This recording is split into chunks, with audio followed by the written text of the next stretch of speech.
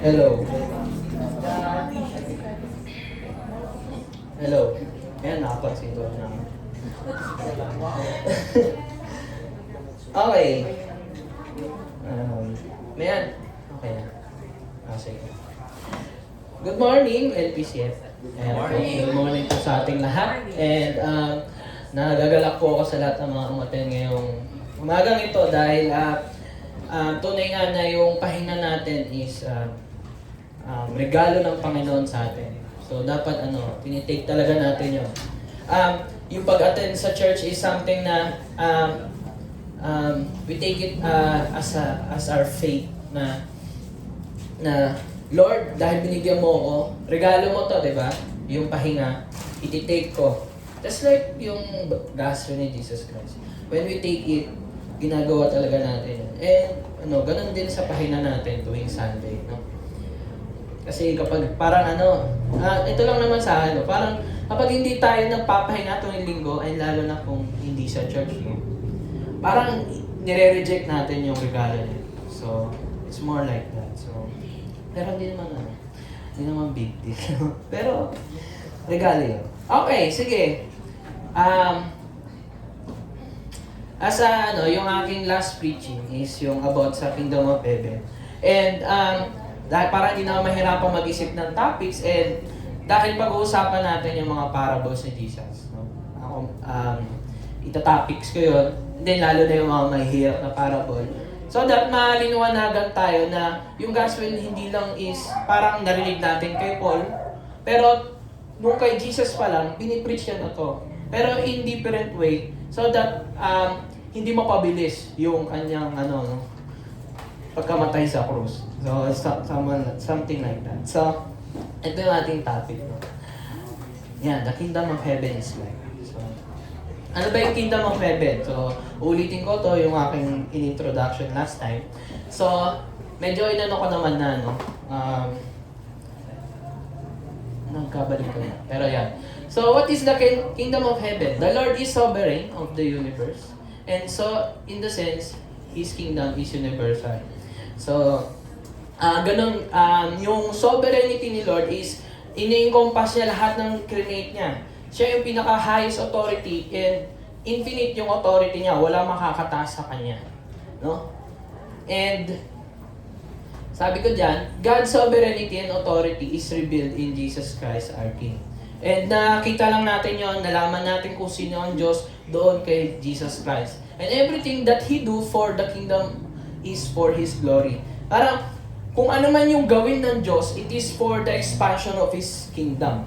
Kumbaga, yung kingdom of heaven, binababa niya dito sa earth. At so, parang nilulong natin yon.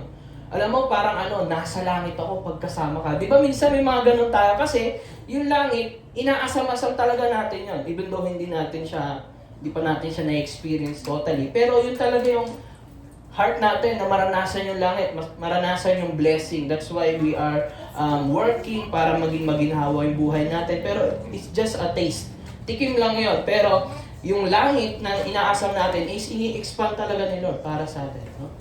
And God's work, kung yung kingdom ni Lord is yung kung ano man yung ginagawa ng Diyos. So for example, kailan nag-start ng expansion ng kingdoms ng heaven si Lord? Nung creation and sa cross. Nung create niya ang lahat, hindi niya, parang nag-create siya ng heaven and earth na magkahiwalay talaga. Ang nasa isip niya, nasa plan niya, dapat magsama sila. Parang, groom and bride. Parang sina Raymart na, Pero ganun yung, analogy. That's why mayroong marriage. Kasi yun yung nais ng Panginoon sa atin. And, masyado na ba seryoso? Medyo tense lang ata. Pero yun, another, work ng kingdom is, yung present ngayon, yung work of the Holy Spirit. Yung banal na spirito nasa atin.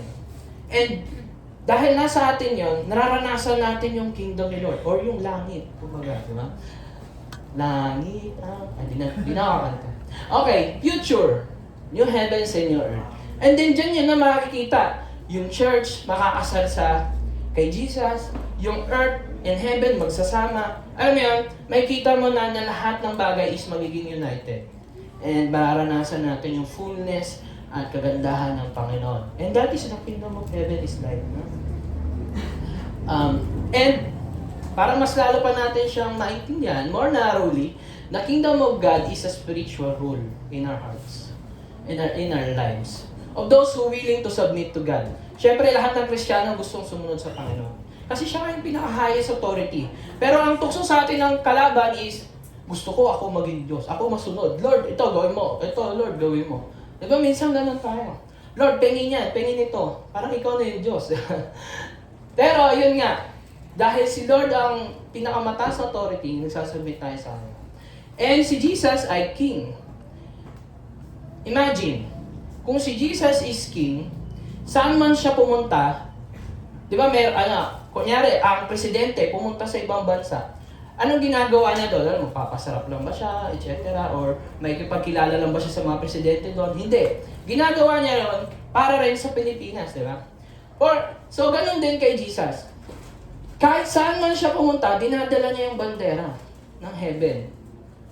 Ano lang yan, analogy lang yan. And ang kingdom niya sa ibang tao, not physically, but spiritually. So, kung nasan man si Jesus, nandun din yung kingdom niya. Okay? Medyo ano ba yun? Mahirap ba yun? So, if si King Jesus ay nasa atin, kung si Jesus nasa atin, His kingdom is nasa atin din. In our hearts, in our church, and wherever the Spirit of the Lord is. No? So, that is basically kung ano ibig sabihin ng Kingdom of Heaven. And, introduction lang yan, pero ano lang yan, para mas madali nating maintindihan. That's why those who defy God's authority, yung mga ayaw talagang sumunod, yung gusto nila sila masunod sa buhay nila, hindi sila part ng Kingdom of God. Kasi bakit? Nire-reject nyo si Jesus eh. Kung wala si Jesus, nasaan ka, di ba? So, nasa Galatians 5 yan. Ay, baliktad. Then, those who seek and acknowledge the Lord, Galatians 5. Those who seek and acknowledge the Lordship of Christ, ito naman yung mga tumanggap kay Jesus, and sinuko yung buhay sa Diyos, they are part of the Kingdom of God. Imagine, mag-submit ka lang kay Jesus, tanggapin mo lang si Jesus, you are already part. May ginawa ba tayo doon? Wala, di ba? Kumbaga, dahil ba sa pag-church mo, dahil ba sa magiging mabait mo bang tao, kaya ka naging parte ng pamilya ng Diyos, or naging part or maligtas, di ba? That's why, pinakamadaling maintindihan is the kingdom of heaven is revealed in Jesus' parables, no? Kung baga, kay Jesus natin may kita kung ano ba ibig sabihin, kung ano meron sa langit, kung ano ba yung ginagawa ng Diyos. Minsan nagtatanong tayo kapag may problema tayo sa buhay, Lord, may ginagawa ka ba talaga? And yun yung makikita natin dito. So, bakit parables? So, ang purpose ng parables ni Jesus is ipakita yung katotohanan sa mga gustong malaman ng kingdom. So, mga gustong makita, mahanap ang Diyos, hanapin ang Diyos, dito nyo siya makikita sa mga parables. And then at the same time, to conceal the truth sa mga taong ayaw itong hanapin. Yung mga matitigas ang puso. Sasabihin ng mga nababasa, hindi ko ito maintindihan. Sige, ayoko na niyan. So yun, hinaharden na nun ng puso mo kasi hindi mo hinahanap ang Diyos. And then in the last, madelay ang kanyang kamatayan hanggang sa tamang oras. No? Kasi kung sabihin niya agad na ako ang anak ng Diyos, pinapatay agad siya sa krus. No? So nagpaparable siya para hindi agad maintindihan ng mga tumutulig siya sa kanya. So that's why ang ating topic for, intro nga lang yun. Ang topic natin for this morning is parable of the wheat and weeds. So, kasunod lang to nung last preaching ko. And marami tayong makuha dito. And sige, let us pray. Heavenly Father, Panginoon, marami pong salamat sa umagang ito, Panginoon, na ipinagkaloob mo sa iyong simbahan, Panginoon, sa mga iyong anak, Panginoon. Lord, I pray, Panginoon, na yung salita mo, Panginoon, na marinig namin, Panginoon, ay tumimo sa aming puso. Palambutin na ito ang aming puso, Panginoon, at baguhin ang aming isipan, Panginoon, kung paano kami mamuhay bilang Kristiyano, Panginoon. Lord, tulungan mo po kami, Panginoon, na maintindihan, Panginoon, ang pag-ibig mo at kung ano yung mga pinakita mo sa buhay ni Jesus. And I pray, Panginoon, na kung meron mang kabigatan sa aming dalahin, Panginoon, Tanggalin mo, Panginoon, ng yung kapangyarihan ng yung banal na Espiritu, Panginoon, upang ma-receive namin, Panginoon, yung pagpapala mo, Panginoon, through your words, Panginoon. Kaya, Panginoon, sa iyo na po namin itinatang sa saglit na to, ikaw po ang siyang maitas, ikaw po ang siyang makita at maramdaman ng aming puso at isipan sa pangalan ni Jesus. Amen. Ayan. So, sensya na kayo sa boses ko, medyo nasa healing process siya. Kasi nung Friday, talagang bumubulong lang ako. Kasi dahil napaos ako dun sa kasal niya. Hindi ko alam kung bakit. Pero ayun. Okay. So, let's go na sa ating verses. Matthew 13. Sa mga merong Bible, magbukas po tayo. Magandang practice po yan bilang parang nadadala natin sa bahay, no, na nabubukas tayo ng Bible at nagbabasa. Okay. Pero papakita ko pa rin dito para sa mga walang dala. Okay, verse 24. Chapter 13. He put another parable before them, saying, gusto ko paganahin niyo yung imagination niyo dito. The kingdom of heaven may be compared to a man who sowed good seed in his field. Kumuha na, nagtanim ng buto sa kanyang field. Buto ang Tagalog. But while his men were sleeping, natutulog yung mga tauhan niya, his enemy came. Dumating yung mga kalaban. Sino kaya yung mga kalaban na yun? And sowed weeds. Pero hindi sila parang magnanakaw, etc. Pero gusto nilang sirain yung mga tinanim. So nagtanim sila ng mga weeds. Nagtanim sila. And among the wheat and went away. So when the plants came up and bore grain, then the weeds appeared also. So nagtanim yung owner ng good seed, which is yung wheat, and then yung kalaban nagtanim din doon sa taniman. So parehas may tumubong weed at saka wheat. And then, and the servants of the master of the house came and said to him, Master, did you not sow good seed in your field? How then does it have weeds? So, question nila yung mga taong natulog, question nila yung owner nila. Akala ko ba magandang buto yung tinanim mo? Bakit merong weeds na dumating? Ay sumulpot. Tapos, he said to them, an enemy has done this. Minsan kasi parang, parang kine-question natin ng Diyos. Lord, bakit ganito? Ganyan. Pero ang sasabihin sa inyo, Lord, ginawa to ng kaaway. And so the servant said to him, then do you want us to go and gather them? I-harvest na ba agad yung mga weeds, tanggalin na agad? And then ang sabi niya next is, but he said, sabi ng owner, no, lest in gathering the weeds you root up the wheat along with them. Kasi kapag kinuha nila yung wheat, masasama yung wheat. So sabay mamamatay kapag kinuha yung masamang damo. Masamang damo talaga. Tingin ko dyan ang galingan. Pero ayun nga, let both grow together.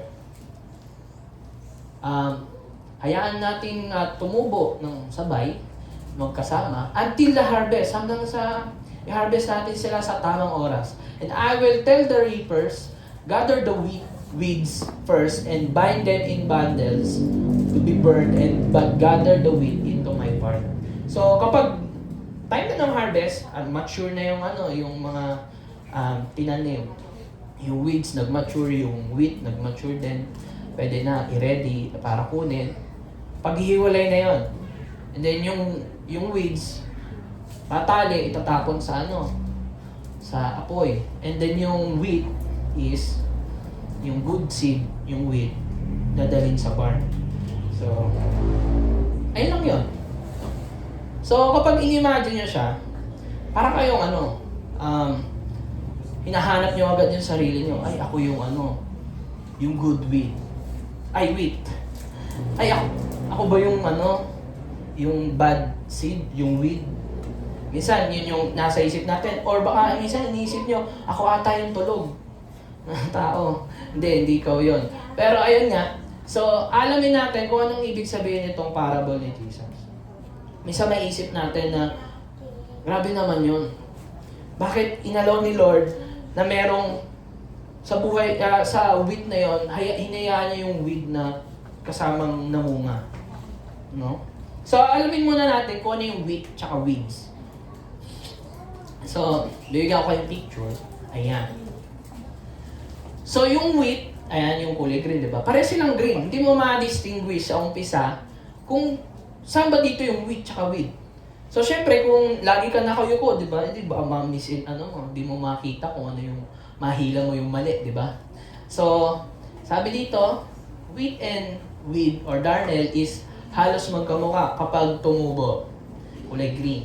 Pero makikita mo lang ang pagkakaiba kapag mature na or harvest time na. So, makikita nyo dyan, yung wheat medyo brown and yung weed is dark green.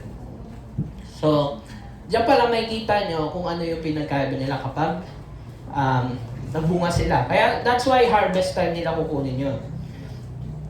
And mapapansin nyo rin dyan, kapag ni-research nyo kung ano yung weed or darnel, nilalagay siya na pampalasa, pero kapag napasobra, magiging poisonous.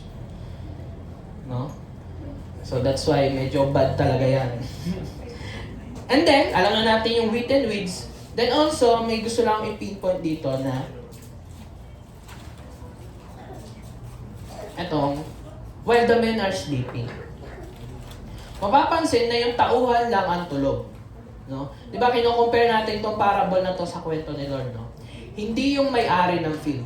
Kung mapapansin nyo, yung men yung tulog, pero yung may-ari, gising. Nakikita niya yung nangyayari. So, makikita na alam ng landowner ang nangyayari at inalaw niya itong mangyari. Inalaw niya yung kaaway niya na nagwisik ng doon, ng seed na masama. Imagine God allowed sin to come into this world. Ngayon, mapapa-question kayo. Ba't inalaw ni Lord yun? Kasi kung Diyos si Lord, syempre alam niya na may mangyayaring na magkakasala si Adam and Eve. Alam niya yun. Hindi pwedeng hindi. Kasi Diyos na siya. And this is how sovereign our God is. I-explain ko kung ano yung God is sovereign. So, medyo tamahan ko lang yung ito-topic ni Tatay Roder. Pero, nahapyaw lang naman to. God is sovereign essentially means that He has the power, wisdom, and authority to do anything He chooses within His creation. Ganun siya ka-sovereign. Hindi mo pwedeng questionin kung ano yung pwede niyang gawin sa creation niya kasi siya may gawa nun. For example, nag-drawing ako ng mukha ko. Tapos may kumutya. Wala kang pakiyan yung gusto ko, di ba? Bu pa.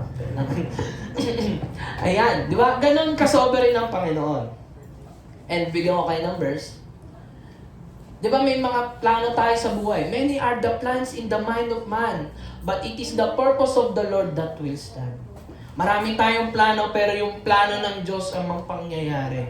Kahit anumang gawin mo, wala kang magagawa. Pero syempre, hindi ka napipilitan. Meron ka pa rin will na gawin kung ano yung plano mo sa buhay.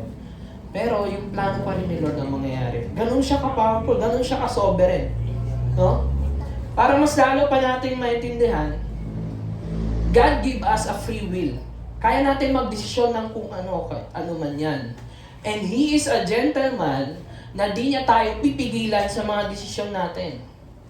At gagawin natin, pero ang will at kagustuhan pa rin ni Lord ang mangyayari.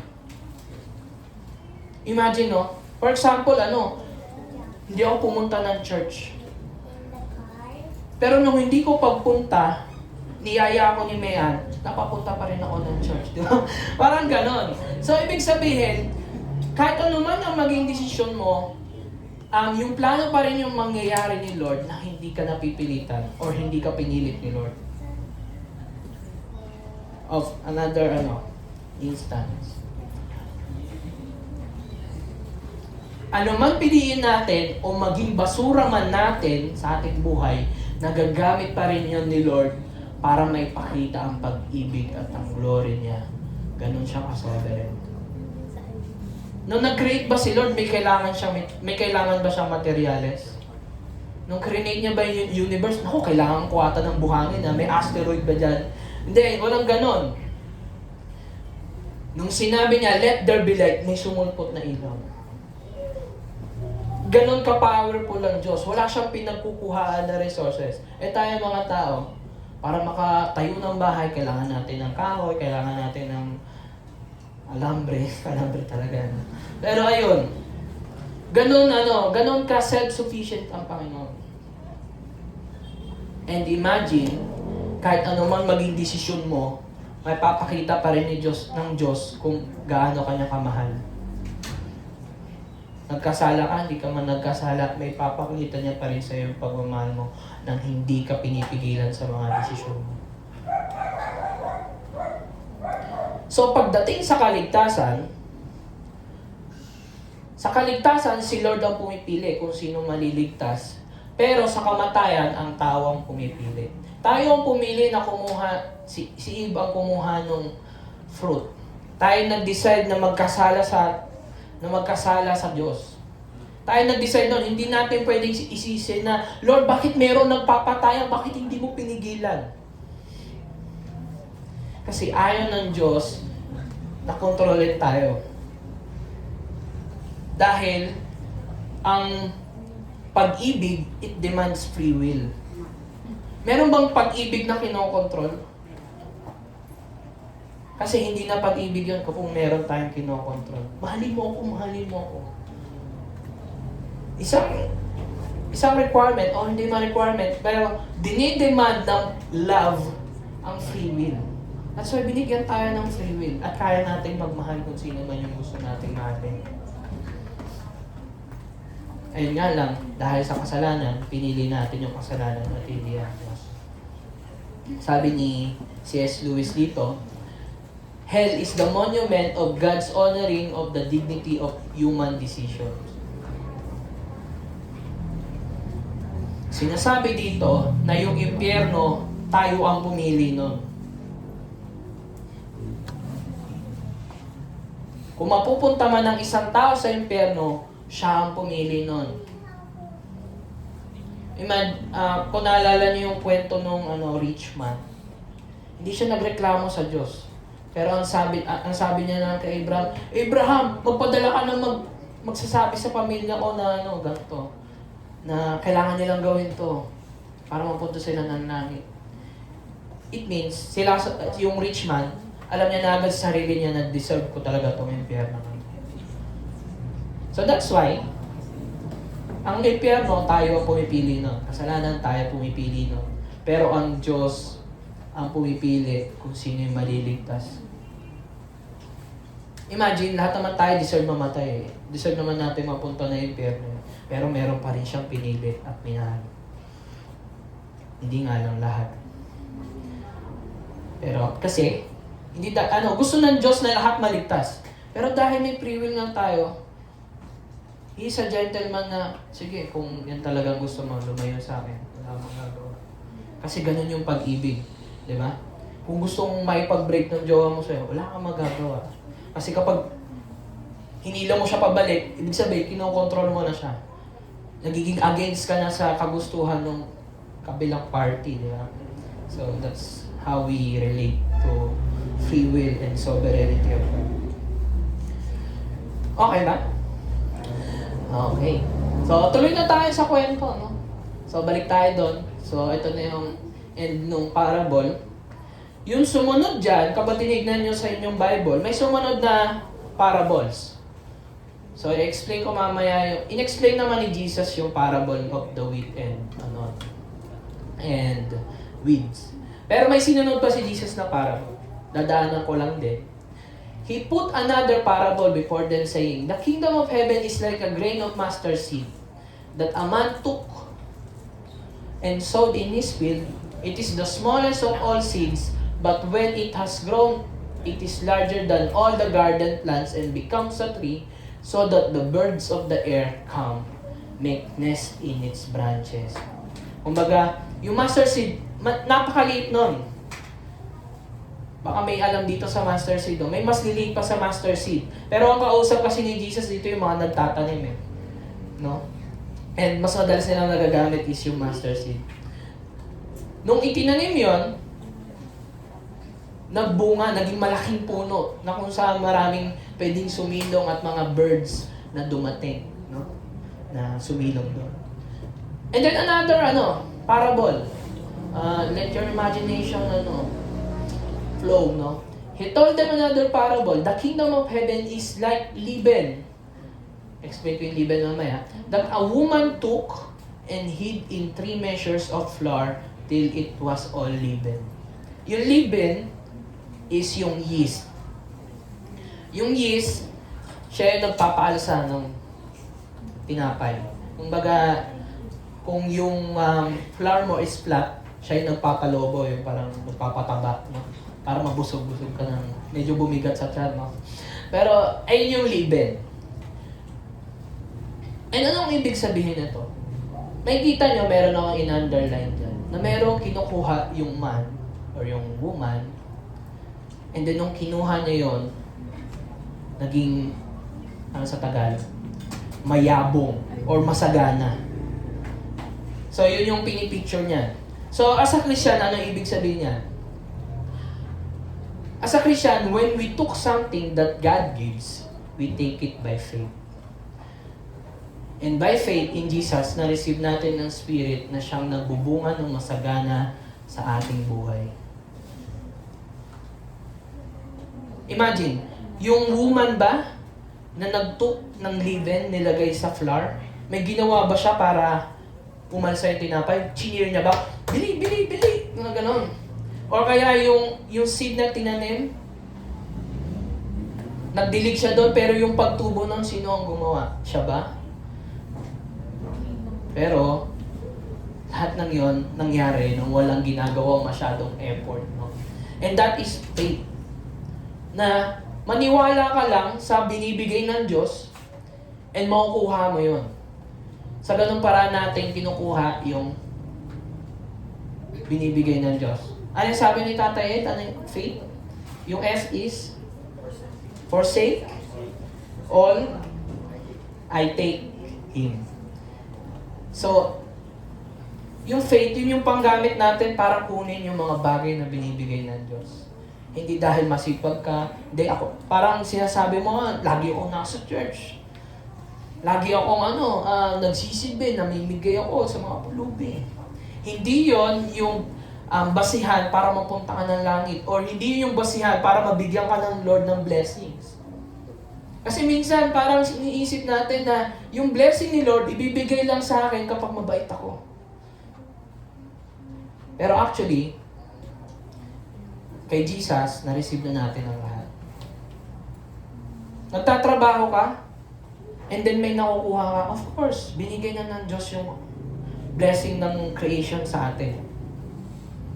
Itanim ka, may tutubo. Blessing na yun ni Lord, hindi yun dahil sa effort mo. Ikaw ba naglabas ng buto? Hindi, di ba? Ikaw ba yung nagpatubo dun sa buto? Di ba ang Diyos pa din? So, hindi natin pwedeng sabihin sa Diyos na dahil sa mga ginagawa natin, kaya tayo merong nakukuha. Kasi solely, lahat ng bagay na meron sa mundong ito, at yung mga ibibigay pa ng Diyos, isa Kanya lang manggagaling. And, about sa Spirit, di ba, ito yung nare-receive natin. I ask you again, does God give you the Holy Spirit and work miracles among you because you obey the law? Of course not. It is because you believe the message you heard about Christ. Doon natin nare-receive yung Spirit. Ngayon, baka hindi nyo maintindihan. Gusto ko lang bakit Spirit yung binibigay ni Lord? Na, Lord, bakit Spirit yung binibigay mo? Bakit hindi na lang kotse, bahay, bakit hindi na lang magandang trabaho, or mapapangasawa? Lord, yun yung pinagpipray ko eh. Bakit Holy Spirit yung binibigay mo? Ngayon, pwede kong sabihin sa inyo na ako, prayer ko, magkaroon ako ng bahay, magkaroon ako ng kotse. Pero ano yung pinagpipray ko kay Lord? Lord, bigyan mo ko ng sipag kasi tamad ako. And ang banal na Spirito lang magbibigay sa atin. No? Lord, bigyan mo ko ng pag-ibig para mas mahalin ko yung ibang tao. Lord, ipaalala mo sa akin kung gaano mo ko pinatawad para magpatawad ko tong talagang bad trip na taong to. Diba? Sa banal na Spirito lang natin makukuha yun. Kaya yun yung binibigay niya. Karoon ka man ng bahay dahil yun sa pagsisikap mo, pagiging prayerful mo sa Panginoon. At pag laging makita yung pag-ibig niya, that's why lagi kang nagiging masipag. Lord, talagang gagawin ko to. Kasi you strengthens me, no? And lagi ka nandyan. Kapag alam mo merong laging nandyan para sa'yo, di ba parang laging masipag eh. Pero, compare sa lagi kang mag-isa sa bahay, parang wala kang pwedeng gawin eh, no? Pero kapag meron kang kasama, kumain ka na ba? Ito. Di ba parang nagiging masipag eh, kahit hindi ka naman ganun eh, no? So, ganun yung banal na spirito mag-work sa buhay natin. And then, ito pa. Dahil banal na spirito yung binibigay ng Diyos, so makukuha natin yung love. So kung meron kang love, sa trabaho mo, wala kang makakaaway masyado.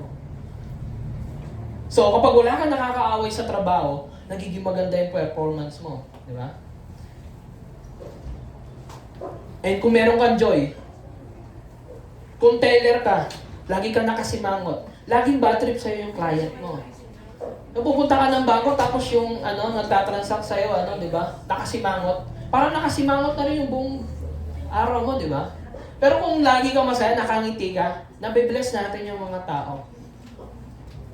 Hindi ko naman naiisa yung lahat yan. Pero lahat ng yan, nakakatulong sa atin sa ating pang-araw-araw na buhay.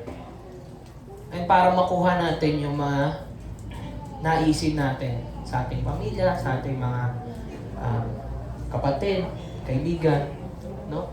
Banal na spirito.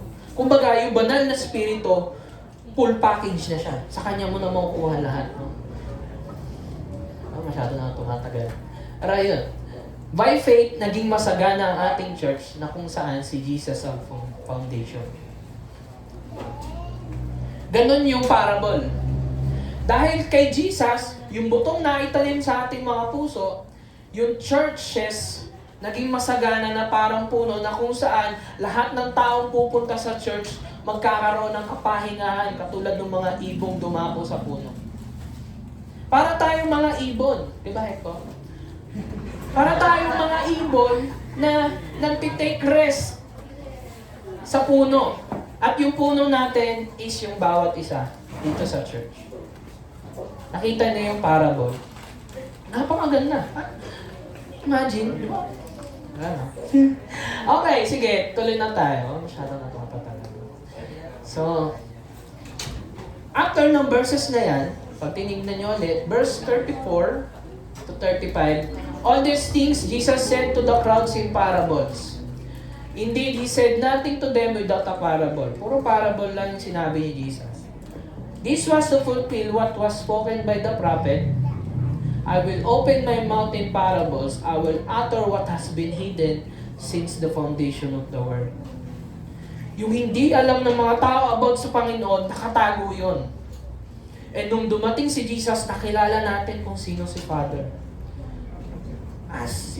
Na parang dahil kay Jesus, nakilala natin ng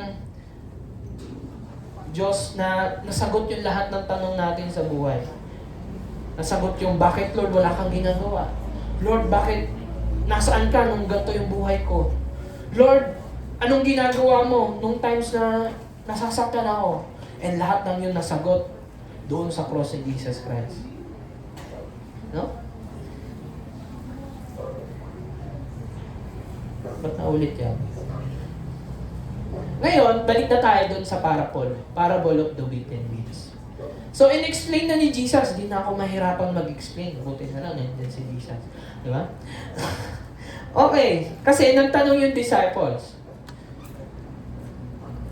Ito yung mga taong nagre-respond talaga kay Lord. Kapag may hindi ka maintindihan, nagtatanong ka. Nagpe-pray ka. Lord, bakit ganito? Lord, bakit ganyan? Doon natin sinisik or hinahanap ang Diyos sa pagtatanong, sa pagpipray. So ay napakahalaga sa ating mga Kristiyano na nagdadasal tayo. And then sabi niya dyan, explain to us the parable of the weeds of the field. Ngayon sabi ng mga disciples. And ito ang sagot ni Jesus. Oh, are you with me? Yeah. Sige. Let's continue. He answered, binulit ko na para masyado madali natin makita. The one who sows the good seed is the Son of Man. Son of Man is si Jesus Christ. The field is the world. Yung buong mundo. Hindi lang ito yung church, no? Yung buong mundo. And the good seed is the sons of the kingdom. Let's say mga Christians. The weeds are the sons of the evil one. Mga unbelievers. And the enemy who sowed them is the devil. Lahat tayo naging masama sa paningin ng Diyos dahil sa gawa ng kaaway. The harvest is the end of the age and the reapers are angels.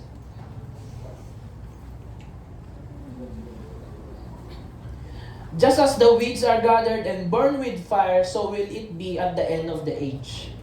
The Son of Man will send His angels, and they will gather out of His kingdom all of causes of sin and lawbreakers and throw them into the fire furnace. In that place there will be weeping and gnashing of teeth. Now, ang tanong ko sa inyo, kayo ba yun? Alalahanin natin yung mga ginawa natin, yung mga ginawa natin sa buhay natin. Do you deserve na mapunta ng langit? Or you deserve na mapunta sa impyerno kung saan masusunog ang ating kaluluwa?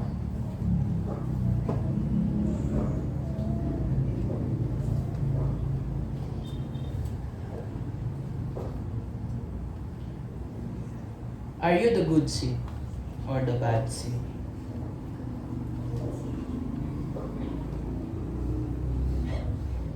No? Kasi sabi sa Psalms 14:1-3, the fool says in his heart, there is no God. Ito yung binimotion namin kagabi. They are corrupt, they do abominable deeds. There is no one that's good. The Lord looks down from heaven on the children of man to see if there are any who understand, who seek after God. They have all turned aside together, they have become corrupt, and there is none who does good, not even one.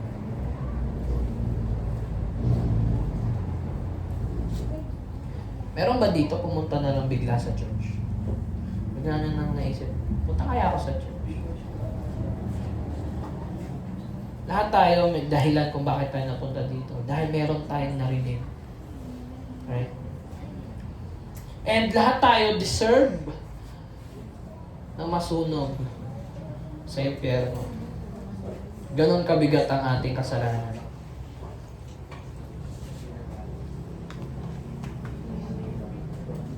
Ang sabi sa Colossians 1:21, may Tagalog ako. Noong una ay malayo kayo sa Diyos at naging kaaway niya dahil sa kasamaan ng inyong pag-iisip at mga gawa. In English, this includes you who were once far away from God. You were His enemies, separated from Him by your evil thoughts and actions. Who are you? Say to God na ikaw yung mabuting tao dahil sa mga ginagawa mo lang. Lord, mabait naman ako sa nanay at tatay ko. Lord, masipag naman ako. Mabait naman ako doon sa mga pulubi, namimigay ako.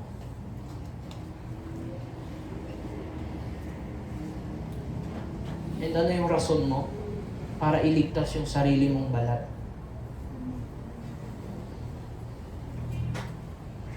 Lahat ng bagay na naging desisyon natin, laging may bahid ng kasalanan.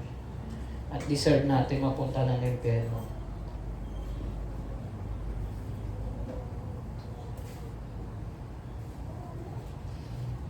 Kung doon ko tatapusin yung preaching natin, lahat kayo uuwing nasasaktan. No? But we are, sineset ko lang yung ating puso sa kung ano yung marireceive natin. Even though deserve nating mamatay sa impyerno at magdusa ng eternally doon, meron pa rin sinabi ang Diyos, and that is, napindot ko ba? Sorry. And that is, but. Kapag lagi nating mababasa sa Bible itong but na to, praise be to God, Lord, meron kang sinabing ganito. Dahil sabi niya sa Romans 5:8, "But God showed His love for us in that while we were still sinners, Christ died for us." Habang kaaway natin ng Diyos, merong namatay para sa atin upang hindi na tayo ang mamatay at magdusa doon sa impyerno. And how amazing is that? Lord, maraming salamat. And ito yung sumunod na verses. "For if while we were enemies, we were reconciled to God by the death of His Son, much more now that we are reconciled, shall we be saved by His life." Medyo hindi natin talagang nilagay ko yung Tagalog dyan. Dati, kaaway tayo ng Diyos. Pero ngayon, tinanggap na niya tayo mga kaibigan sa pamamagitan ng pagkamatay ng kanyang anak. At ngayong meron na tayo magandang relasyon sa Diyos, tiyak na ililigtas niya tayo sa kaparusahan sa pamamagitan ng buhay ni Kristo. Ayun na, pwede na tayo mag-close, siyempre. Ang sarap, di ba? Pero sige. Ito yung di ba? Ito yung naging last verses natin. Masyadong nakakatakot naman, Jesus, yung parable mo. Imagine ko yung naisip ng mga disciples. Naku, Lord, wala akong pag-asa. Kapag nakikita natin yan, Lord, wala na ba akong pag-asa? Sa tuwing meron tayong nakikita ganyan, doon tayo mas lalong lumalapit sa Panginoon. Kaya nga sabi ko last time sa youth life, parang, hindi masama na nasasaktan tayo. Hindi masama na nahihirapan tayo sa buhay. Kasi sa tuwing nakakaranas tayo ng kahirapan at nasasaktan tayo, doon tayo mas lalong lumalapit sa Diyos. Kaya huwag natin iwasan na maging malungkot. Sabi ng mga tao na, "Uy, huwag ka malungkot, dapat happy-happy lang tayo dito." Hindi totoo yun. Kasi sa tuwing malungkot tayo, doon tayo mas nalalapit sa Diyos. Dahil nandun siya, niyayakap tayo. And that's all we need. No? And sumunod na verse, sabi ni Jesus, "Then the righteous will shine like the sun in the kingdom of their Father. He who has ears, let him hear." Sino yung nakinig dito?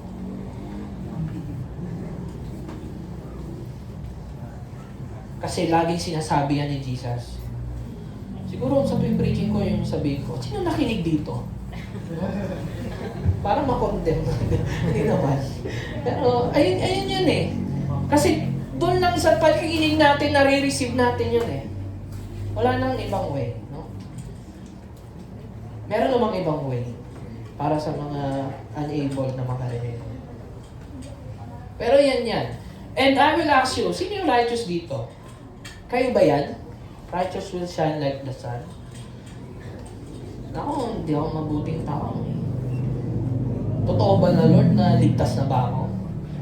Minsan yan yung question natin sa buhay natin. Lord, grabe yung nagawa akong kasalanan. Mahal mo pa ba ako? Lord, grabe yung ginawa ko. Tanggap mo pa rin ba ako? Pero sa ginagawa ba natin nakabase ang Diyos? Kasi sabi dito,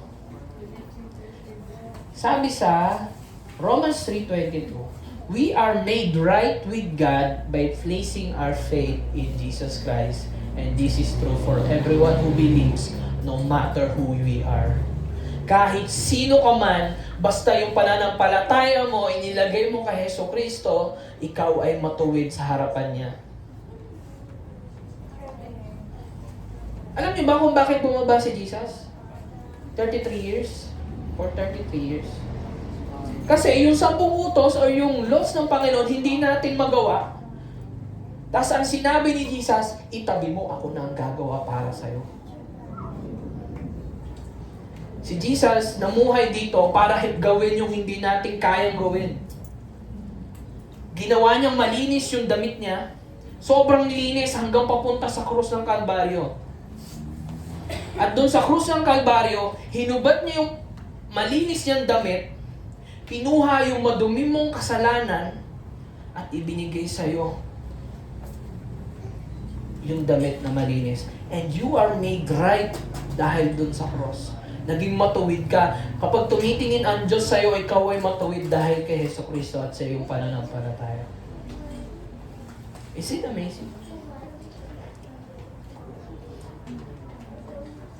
Ngayon, if you are righteous because of Jesus Christ by faith, eto tayo. You are the light of the world. Nasa iyo si Jesus. Sa tuwing nasa trabaho ka, parang laging may tumitingin sa'yo na katrabaho mo. Ba't ang bait mo?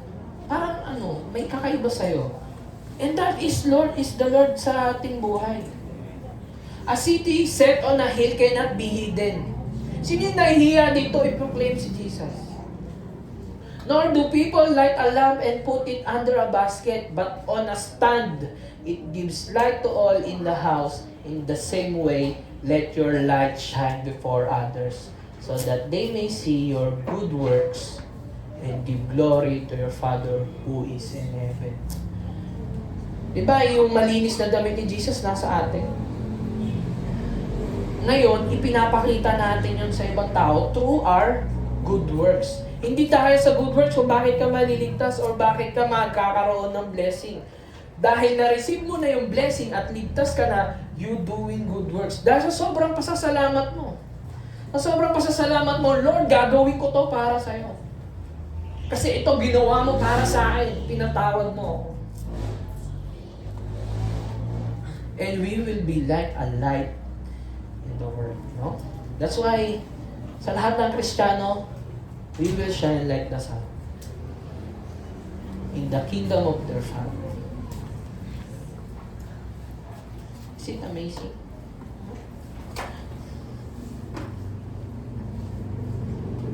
Ngayon, are you thankful?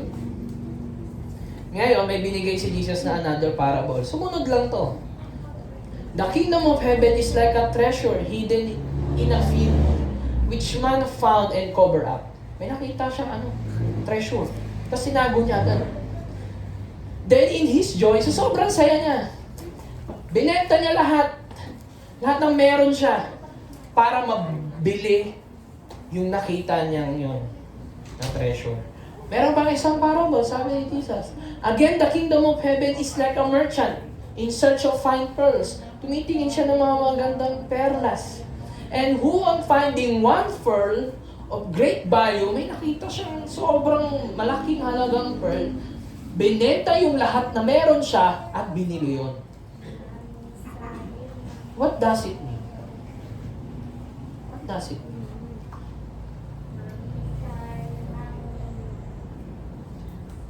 Ayaw mo nagsabi.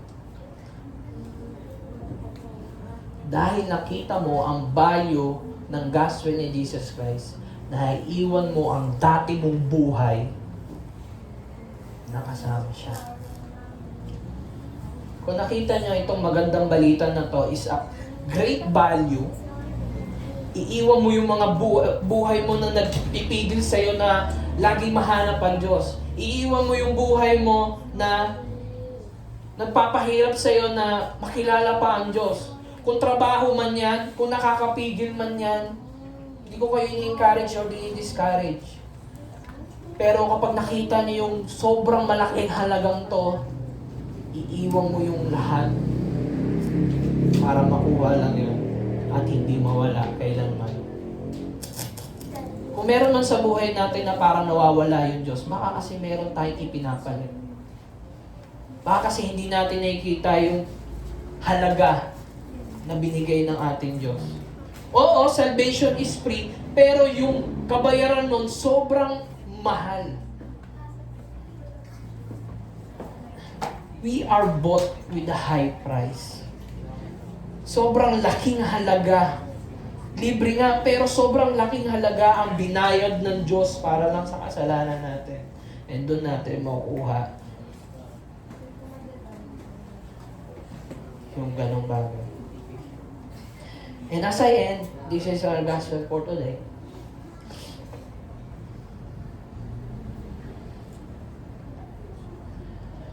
Minsan nagtatanong tayo, Lord, bakit mo naman hinayaan ng evil sa mundo ito? Lord, bakit ang dami masasamang tao? Lord, ba't nahihirapan pa rin ako? Lord, bakit hindi mo na lang ako tanggalin dito? Sobrang hirap na ako. So, Lord, nasasaktan na ako.